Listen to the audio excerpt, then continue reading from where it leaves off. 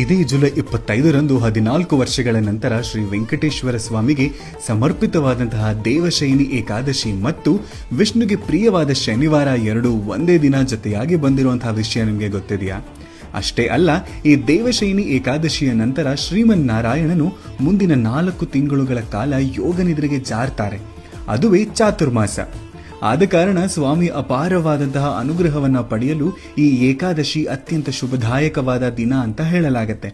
15 ತಿಥಿಗಳಲ್ಲಿ ಏಕಾದಶಿ 11ನೇ ತಿಥಿಯಾಗಿರುವುದರಿಂದ ಇಂತಹ ವಿಶೇಷವಾದ ದಿನದಂದು ಉಪವಾಸವಿದ್ದು ಶ್ರೀ ವೆಂಕಟೇಶ್ವರ ಸ್ವಾಮಿಯ ದರ್ಶನ ಹಾಗೂ ಅವರ ಸನ್ನಿಧಿಯಲ್ಲಿ 11 ಬಾರಿ ವಿಷ್ಣು ಸಹಸ್ರನಾಮ ಪಠಣೆ ಮಾಡುವುದರಿಂದ ಸಂಪತ್ತು, ಕುಟುಂಬದ ಪ್ರಗತಿ ಮತ್ತು ಆರೋಗ್ಯಕ್ಕೆ ಸಂಬಂಧಿಸಿದ ಎಲ್ಲಾ ಆಸೆಗಳು ಈಡೇರುತ್ತೆ ಅಂತ ಹೇಳಲಾಗುತ್ತೆ.